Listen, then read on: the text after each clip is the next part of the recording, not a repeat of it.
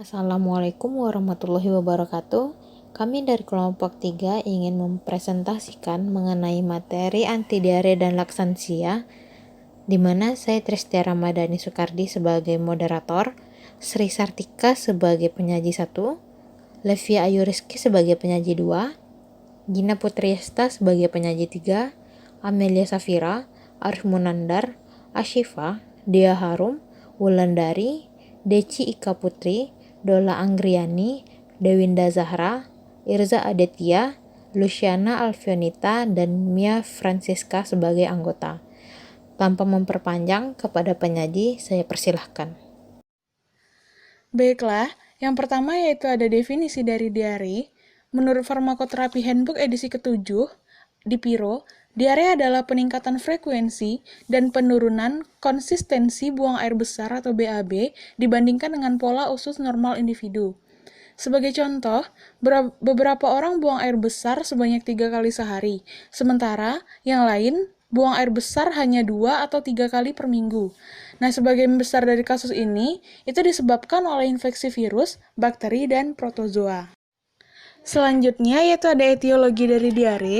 Jadi menurut buku Farmakoterapi Gangguan Saluran Pencernaan, diare akut itu biasanya disebabkan oleh infeksi bakteri, virus, dan parasit. Sedangkan untuk diare kronik itu disebabkan oleh gangguan fungsional seperti irritable bowel syndrome atau IBS atau penyakit usus seperti penyakit Crohn.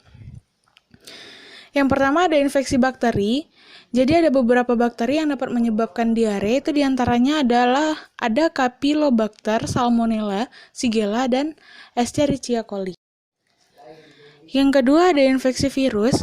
Jadi ada beberapa virus yang dapat menyebabkan diare, itu termasuk ada rotavirus, norovirus, cytomegalovirus, virus herpes simplex, dan virus hepatitis. Rotavirus itu merupakan penyebab diare yang paling sering diderita oleh anak-anak. Yang selanjutnya ada parasit. Jadi, parasit itu dia bisa masuk pada tubuh melalui makanan atau air dan hidup di sistem pencernaan.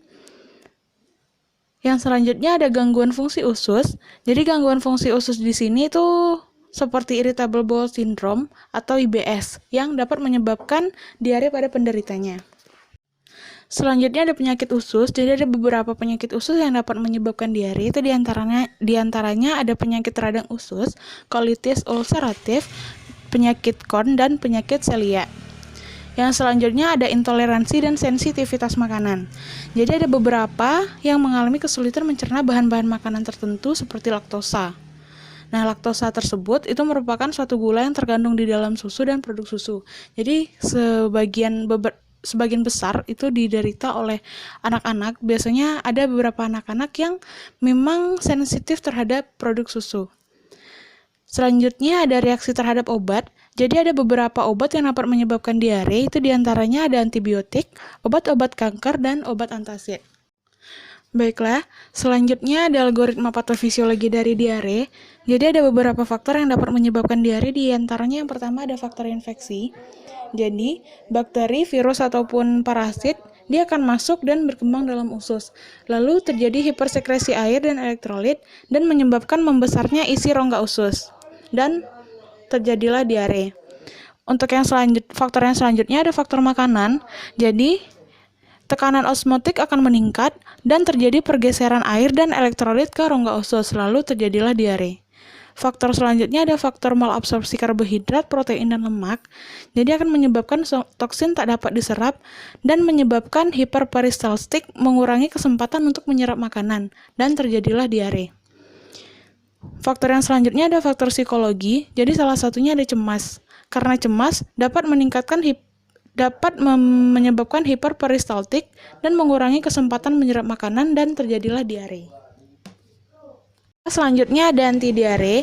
Jadi antidiare adalah obat-obat yang digunakan untuk mengurangi atau mengobati penyakit diare yang disebabkan oleh bakteri atau kuman, virus, cacing, atau keracunan makanan. Selanjutnya ada golongan obat antidiare. Yang pertama ada kemoterapi, yang kedua ada obstipansia, dan yang ketiga ada spasmolitik. Baiklah, yang pertama ada kemoterapi.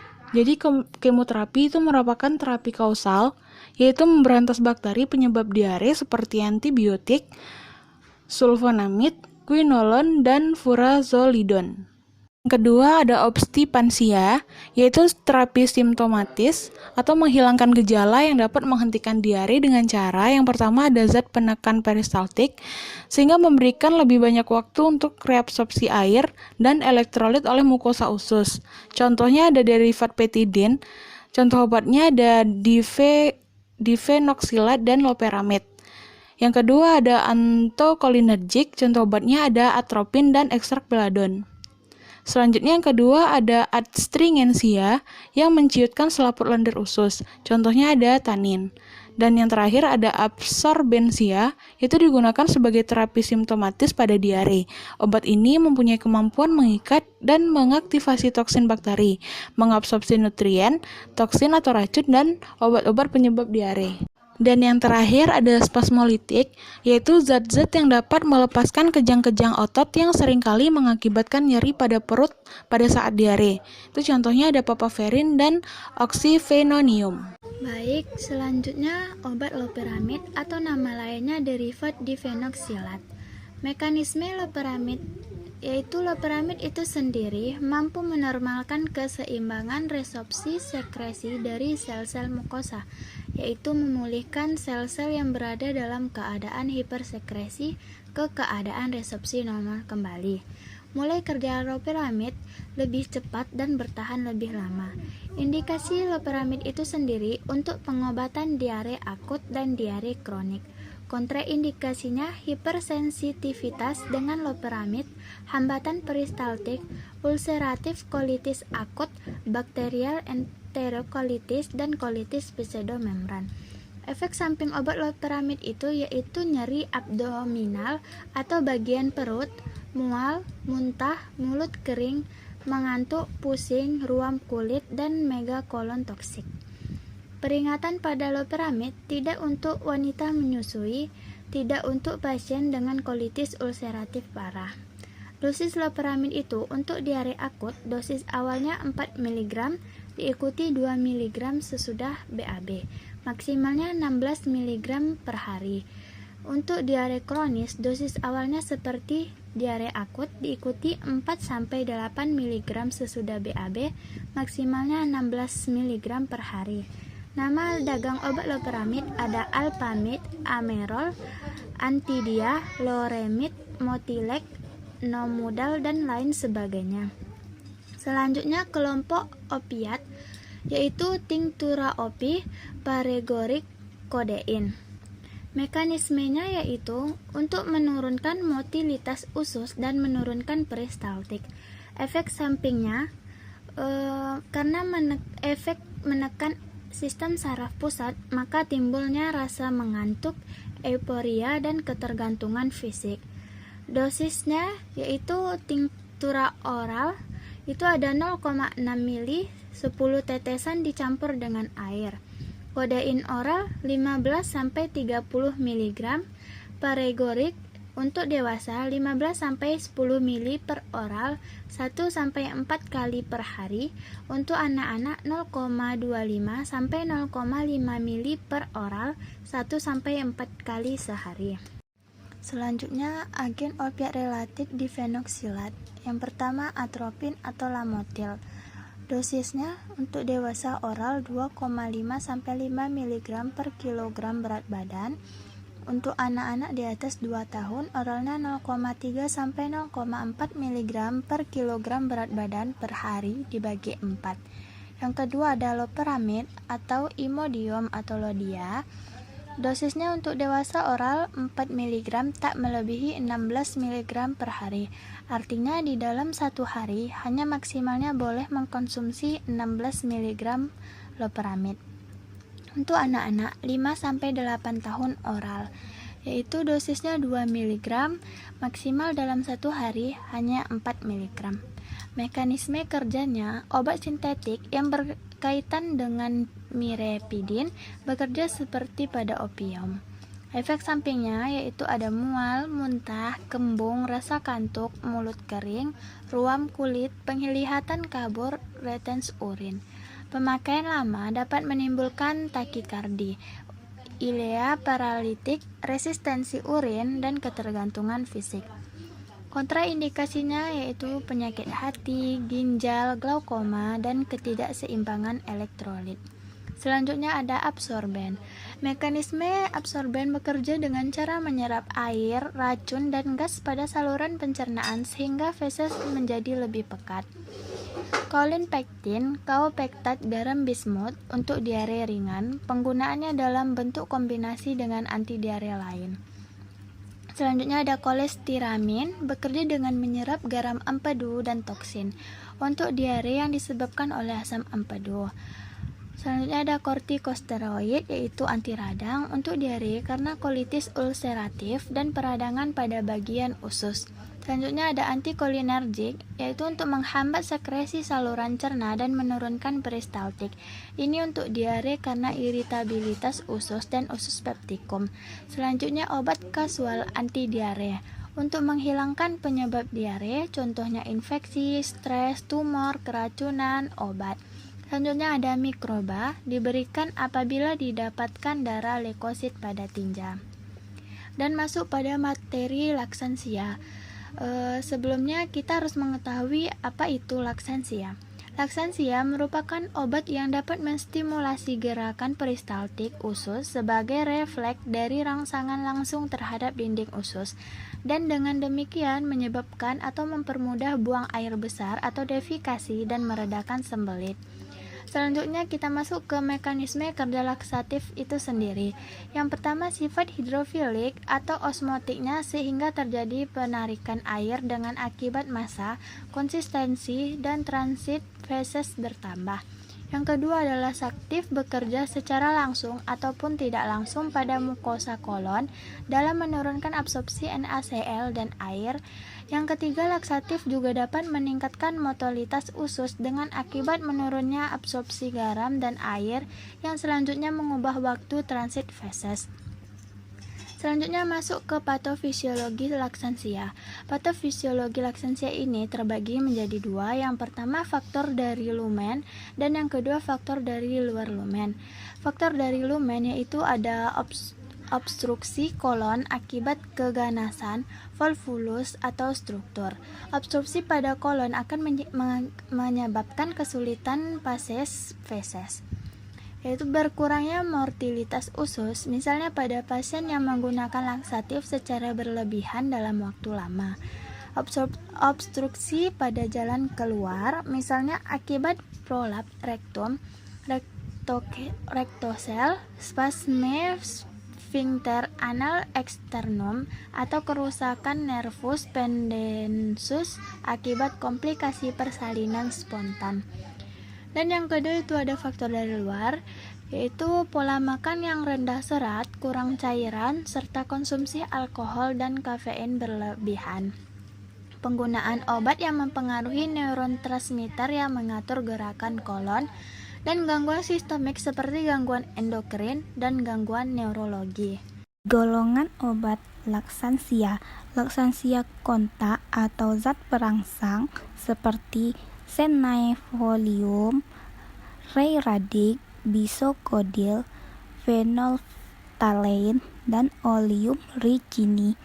Yang kedua yaitu laksansia osmotik seperti magnesium sulfat, gliserol, mannitol, sorbitol, laktosa. 3. Laksansia pembesar volume seperti zat-zat lendir atau agar-agar, metil selulosa, dan CMC. Yang selanjutnya yaitu laksansia pelicin dan emolientia. Contohnya seperti natrium dokusenat, natrium lauril sulfo, asetat, dan parafin cair. Bisakodil. Mekanisme kerjanya yaitu bekerja langsung pada dinding usus besar dengan memperkuat peristaltiknya. Pada penggunaan oral, efek pencahar terlihat setelah lebih 7 jam, sedangkan pada pengguna secara rektal kurang lebih setelah 38 menit. Efek yang tidak diinginkan seperti kejang perut pada pemakaian oral, merangsang selaput lendir nektrum pemakaian melalui dubur dan pengguna jangka panjang dapat memicu anatonia kolon. Aturan pemakaiannya: oral 5 mg sebelum tidur 1-2 tablet, rektal 10 mg, supositoria pada siang hari. Indikasinya yaitu konstipasi atau tablet bekerja dalam 10-12 jam, supositoria bekerja dalam 20-60 menit.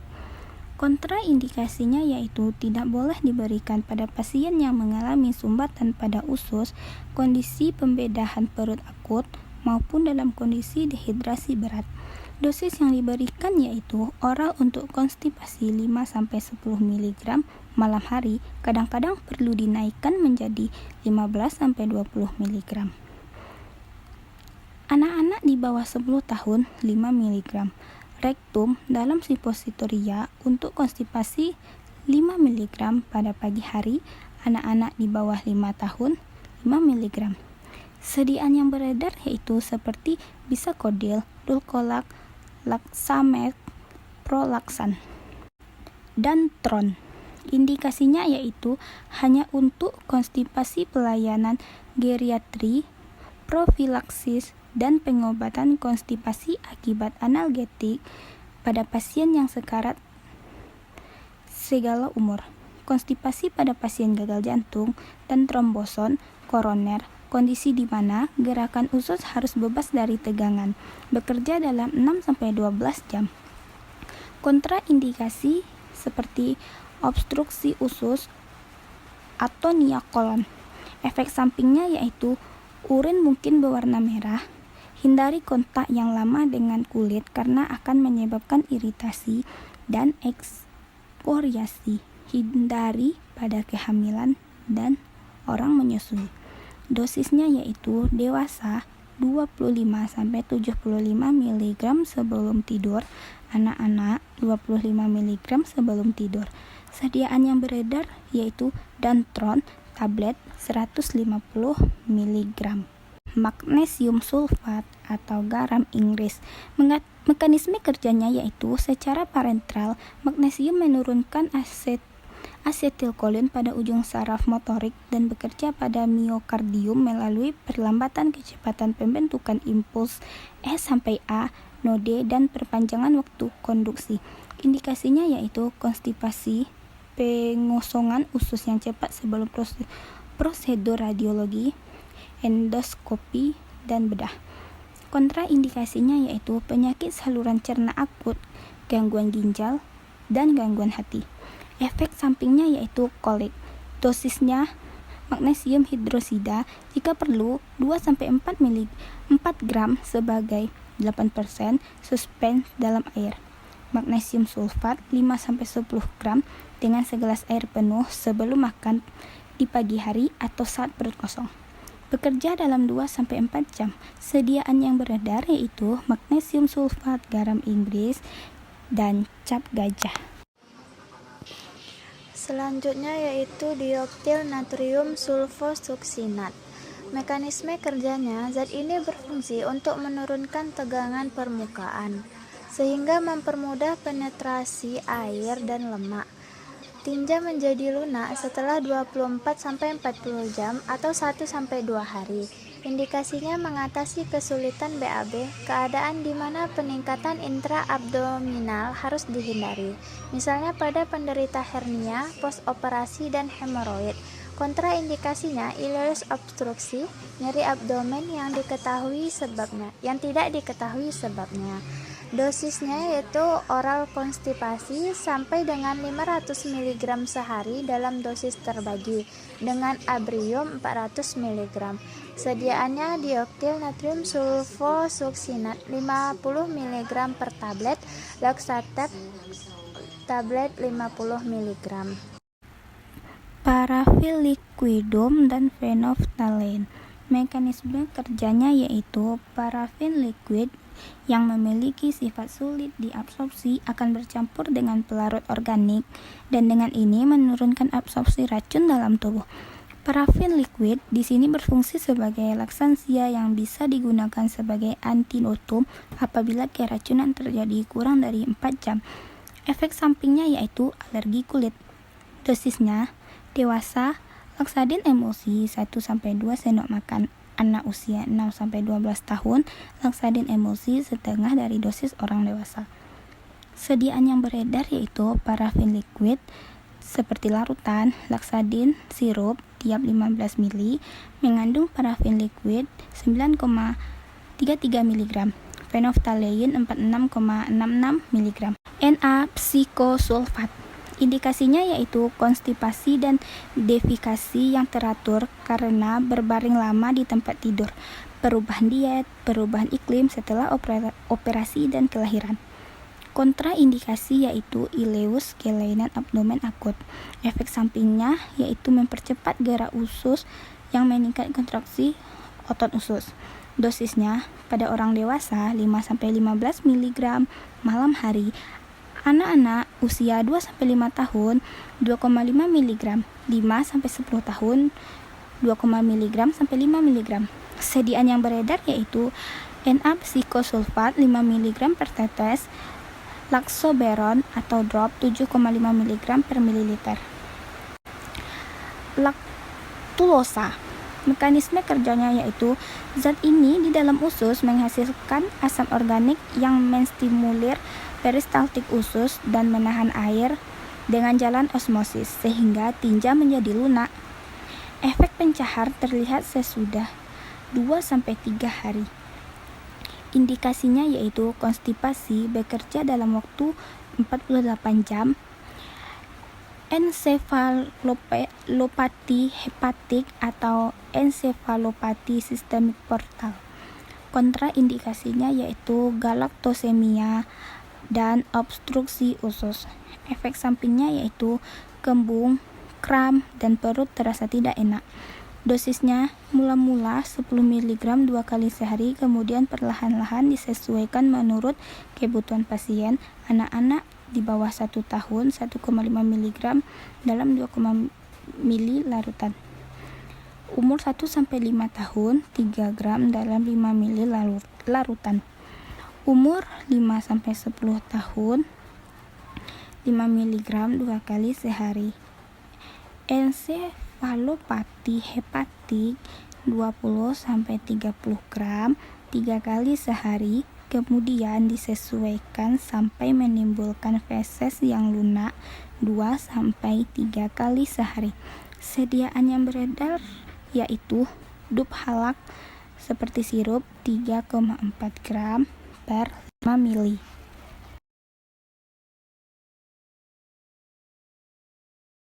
Demikian hasil presentasi dari kelompok kami, semoga bermanfaat. Jika ada kesalahan kami mohon maaf. Assalamualaikum warahmatullahi wabarakatuh.